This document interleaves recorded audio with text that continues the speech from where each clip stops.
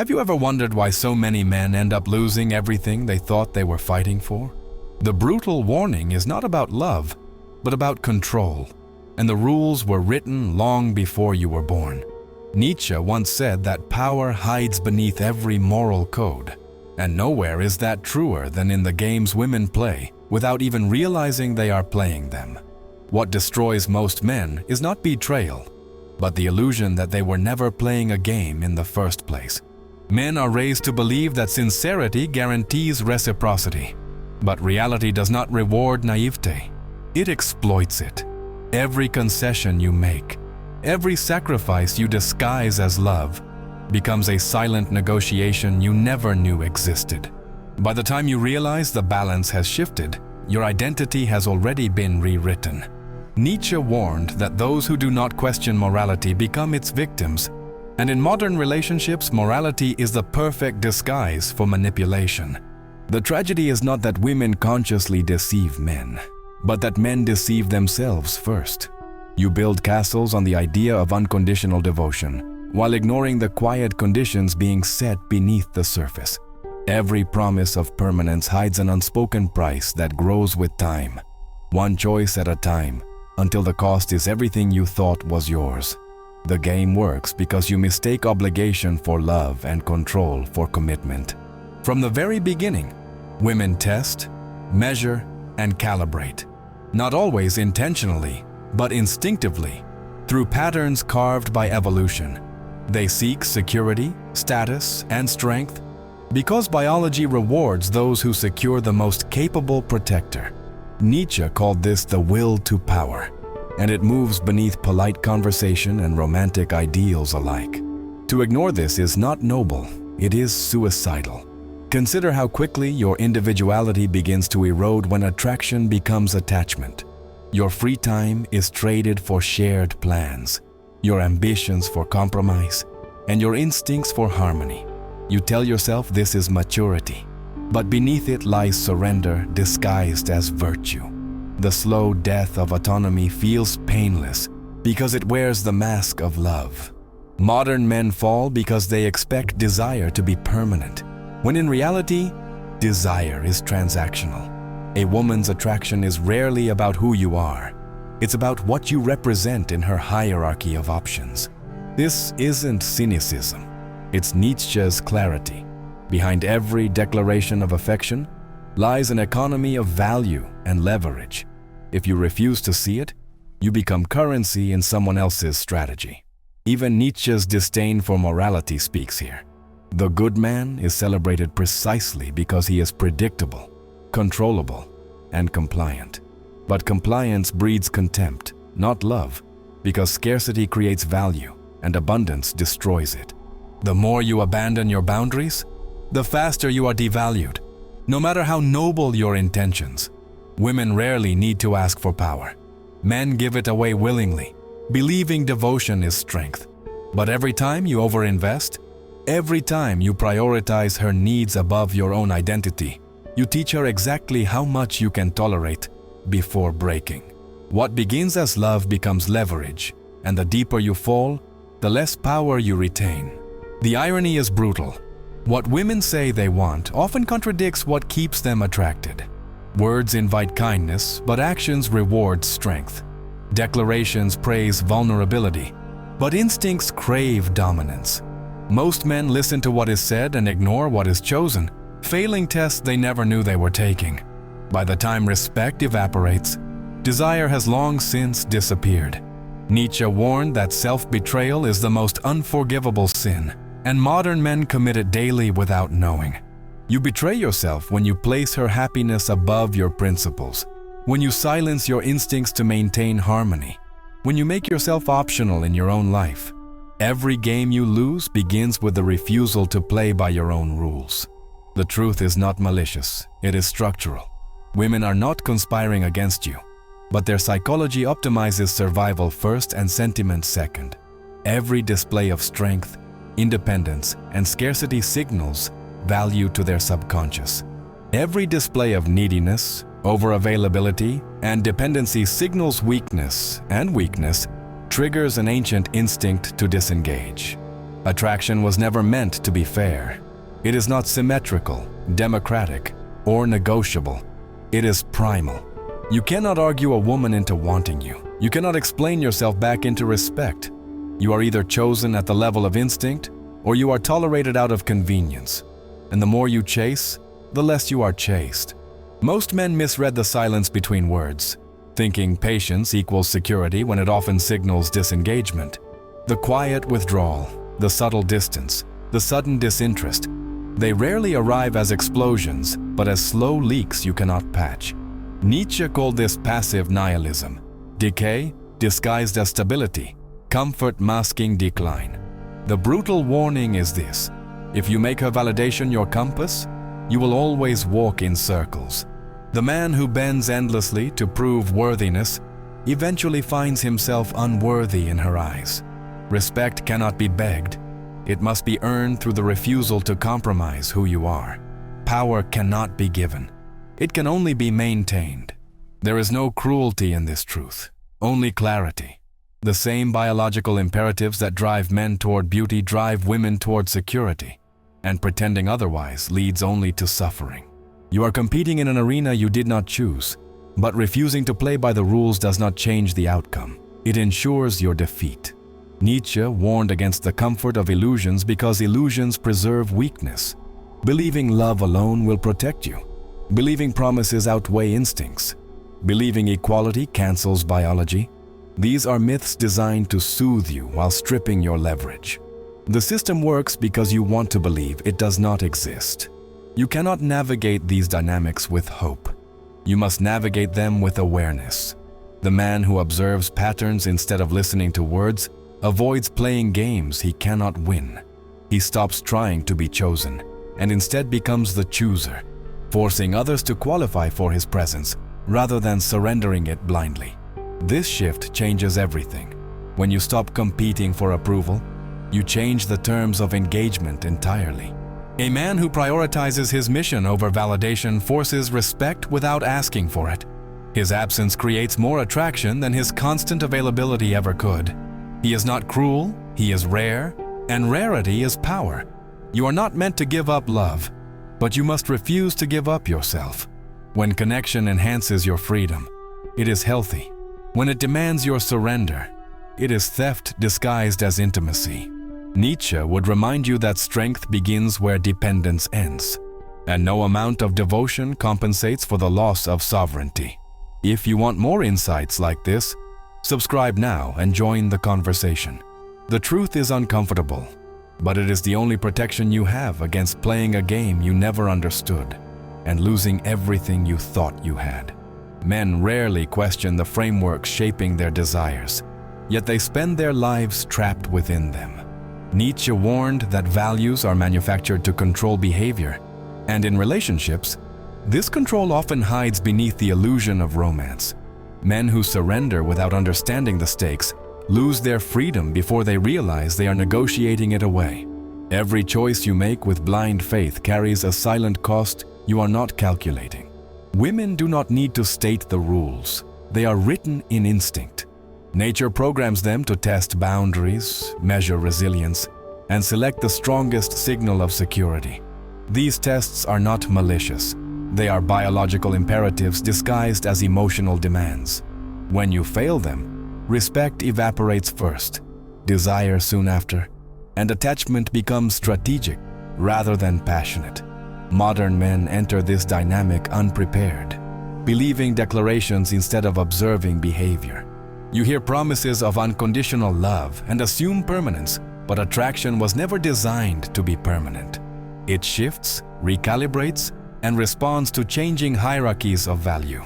The tragedy lies not in women's choices, but in men's refusal to see patterns repeated across generations. Nietzsche understood that strength compels admiration, while weakness invites exploitation. The moment you build your identity around pleasing someone else, you forfeit sovereignty over your life. What begins as devotion mutates into dependence, and dependence corrodes respect. You cannot inspire desire by erasing yourself to accommodate another's expectations. Consider how many men rearrange their entire lives to sustain relationships while abandoning the missions that once made them magnetic. By sacrificing purpose for approval, they destroy the very qualities that created attraction in the first place. Nietzsche would call this the slow death of the spirit, the transformation of a creator into a servant, a sovereign into a subordinate. The hidden danger lies in believing shared love cancels competing interests. You assume equality, but nature rewards asymmetry. The person with more options always controls the terms. When you become emotionally dependent, you trade leverage for comfort, forgetting that comfort erodes desire over time. Power shifts silently in the background, while you congratulate yourself for stability. Even silence carries meaning if you know where to listen. The unanswered messages, the delays in response, the subtle withdrawal of attention. These are not accidents, but recalibrations of perceived value. Attraction speaks in actions, not words, and words are often just theater. The man who ignores these signals becomes an actor in a play he did not write. Most men believe effort alone guarantees security, yet effort without scarcity signals desperation. You become endlessly available, rearranging priorities, bending routines, until your value declines without anyone needing to explain why. In Nietzsche's terms, this is resentment disguised as devotion, a quiet self-betrayal that breeds inevitable collapse. Scarcity is not manipulation. It is recognition of value. What is rare commands attention. What is abundant is dismissed. The man who maintains independence signals worth without saying a word, because presence without necessity generates magnetism. But the man who gives endlessly becomes invisible, a resource consumed rather than a person desired. Women are rarely drawn to men who demand nothing of themselves. They are pulled toward those with standards too high to abandon. When you set boundaries and enforce them, you force investment rather than chase it. Nietzsche understood this paradox deeply. Strength does not pursue, it attracts. Weakness, by contrast, begs to be tolerated. Your mission cannot be secondary if you expect lasting respect.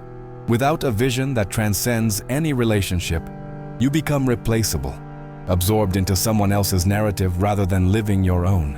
A man without direction cannot lead himself, and a man who cannot lead himself cannot lead anyone else. Attraction dies where purpose disappears. This is why so many relationships begin with intensity and end in quiet resentment. At first, your independence, focus, and ambition create gravitational pull. Later, your willingness to surrender them smothers the very energy she once admired. You confuse compliance with love, but compliance breeds predictability, and predictability kills desire faster than conflict ever could. The greatest deception lies in believing compatibility sustains passion. Compatibility soothes, but it does not ignite. Comfort stabilizes, but it does not inspire. Nietzsche called this the tyranny of mediocrity, the seduction of ease that destroys greatness. The same routine you build to preserve a relationship often becomes the coffin that buries it. Observe how biological programming drives paradoxical behaviors. A woman may consciously desire stability, while subconsciously craving unpredictability and challenge. She is drawn toward men who resist her control, yet tests relentlessly to assert influence. Without understanding this contradiction, you interpret her shifting emotions as chaos rather than instinct, reacting instead of strategizing. These games are not malicious, they are ancient. For millions of years, survival favored women who could secure resources and ensure protection. Modern society adds layers of complexity, but instinct remains unchanged. The mistake men make is pretending love cancels nature. Reality shows us it rarely even negotiates with it. Every dynamic returns to the same truth. Power follows choice, and choice follows scarcity. The person willing to walk away holds the leverage, while the one afraid to lose clings hardest and loses fastest. Nietzsche saw this as the will to power, manifesting quietly in intimate spaces. Strength speaks without threats, while weakness begs without words. Dependency turns passion into obligation, and obligation destroys desire. What began as a connection of equals devolves into subtle hierarchy, where one gives endlessly while the other chooses selectively. You cannot negotiate attraction. You can only command it by becoming irreplaceable through purpose, boundaries, and strength. The modern man suffers most not from betrayal but from confusion. He believes love should be unconditional, fairness automatic, and devotion mutual. These are beautiful illusions designed to keep you compliant within systems that exploit instinct while denying it exists. Freedom begins the moment you abandon fantasies for observation. You cannot control feminine psychology, but you can control your response to it. When you stop seeking validation and start cultivating independence, you force recalibration.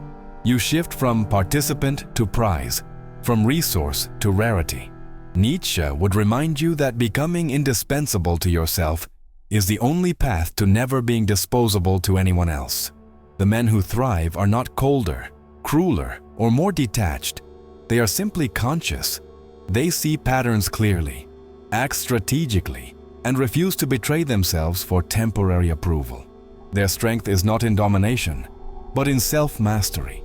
And from this sovereignty, they create relationships rooted in choice rather than necessity. Men fail not because women deceive them, but because they deceive themselves first. They want to believe in permanence where only flux exists, in unconditional devotion where instinct dominates choice. Nietzsche warned that clinging to comforting illusions is the surest path to suffering. The pain comes not from betrayal, but from refusing to see what was always there. Feminine psychology does not operate on fairness, it operates on efficiency. Evolution rewards the woman who optimizes resources, secures protection, and selects the highest value partner available. These drives are not conscious strategies, but primal imperatives etched into biology. Ignoring them does not change them. It only blinds you to their influence. Masculine illusion begins the moment you confuse compatibility with control. You assume shared love creates equal terms, yet power always belongs to the one least afraid to lose. The more you center your identity on her approval, the more invisible you become to her instincts. Dependency, not distance, erodes desire fastest. Consider how much men invest in relationships expecting permanence while women continually evaluate relevance. This evaluation is not cruel. It is survival coded into instinct. Nietzsche understood this tension as the battle between nature's will and human morality. We invent ideals of eternal love, yet biology obeys its own laws. Men collapse under the weight of expectations they cannot meet because the rules of the game are never spoken. You are told to be sensitive yet strong, vulnerable yet unshakable, generous yet scarce. Fail one contradiction and attraction fades. Fail them all, and respect disappears entirely. The problem is not effort but ignorance. The truth is brutal. Women test constantly, not to destroy you, but to verify you. Every challenge, every emotional storm, every boundary push asks the same question. Are you strong enough to lead? Or must she lead herself? Pass the test and desire deepens. Fail it and contempt takes root where passion once lived. This dynamic does not make women manipulative. It makes them human. The same forces that drive men toward youth and beauty drive women toward power and security. To resent this reality is to fight gravity. To understand it is to move strategically within it. Nietzsche called this becoming master of the game rather than victim of it. Most men, however, cling to narratives that demand self-betrayal. You silence instincts, suppress standards, and dismantle boundaries to earn affection that disappears the moment respect dies. You confuse sacrifice with strength, yet strength without selfhood is indistinguishable from weakness. Attraction cannot survive where identity dissolves. Dependency reverses polarity faster than any betrayal ever could. The moment you become more invested than she is, the game inverts and leverage disappears. Scarcity, not submission, commands value. Abundance of attention signals desperation, and desperation triggers an ancient instinct to disengage. The system rewards control, not compliance. Nietzsche warned that morality often hides power beneath virtue, and relationships are no exception. You are praised for compromise, celebrated for selflessness, rewarded for placing her above yourself, until the very traits that won approval destroy attraction. What society calls maturity, psychology often calls resignation. The ultimate failure comes when men confuse partnership with purpose. You make her happiness your mission and abandon the pursuits that once defined you. Over time, she begins to crave the very qualities you sacrificed to keep her satisfied. What you surrendered voluntarily, she no longer desires at all. Every man must confront this paradox. To keep respect, you must risk losing connection. Boundaries feel dangerous because they test the relationship. But without them, desire collapses under predictability. Nietzsche saw freedom as mastery of fear, and nowhere is this truer than in holding your ground when validation is on the line. Stop listening to words and start observing patterns. The woman who claims to want constant closeness often craves the mystery created by distance. The woman who praises sensitivity often tests dominance when emotions surge. Attraction responds to behavior, not declarations, and ignoring this contradiction guarantees disappointment. The masculine illusion of security blinds men to shifting dynamics until it is too late. You assume loyalty is eternal while ignoring the constant renegotiation of value within the relationship. The man who assumes permanence plays defensively, while the man who understands fluidity adapts, evolves, and retains leverage. The path out of this trap is not bitterness, but sovereignty. You reclaim power the moment you stop outsourcing meaning to anyone else's approval. Build a life so compelling that partnership becomes optional, not necessary. Only then does your presence hold value because it is not born from dependence, but from abundance. Women respond most powerfully to men anchored in purpose. When your mission defines you, attraction becomes a byproduct rather than a goal. Scarcity emerges naturally because your time, energy, and attention are invested in something greater than validation. Nietzsche would call this living beyond morality, creating your own terms instead of obeying inherited ones. Sovereignty begins when you stop negotiating your worth. A man who knows his value does not explain it, argue for it, or compromise it to maintain connection. He embodies scarcity without playing games, attracting precisely because he cannot be easily moved, persuaded, or replaced. The cruelest truth is also the most liberating. You cannot win by chasing unconditional love because it does not exist. What you can build instead is conditional respect grounded in strength, autonomy, and purpose. Where neediness collapses, attraction, self-sufficiency multiplies it. Nietzsche's warning is not against women, but against self-deception. Understand instinct, accept nature, and act consciously within it, or remain its unconscious victim. The man who resists truth loses everything. The man who masters it becomes free. One path leads to resentment, the other to sovereignty. The choice is yours, and in that choice lies the final power. When you no longer fear walking away, you become the one no one dares to lose. True strength is not dominance but detachment, not possession but presence, not control but clarity. When you master yourself, you stop playing games designed to make you lose everything and start choosing only the connections worthy of your freedom.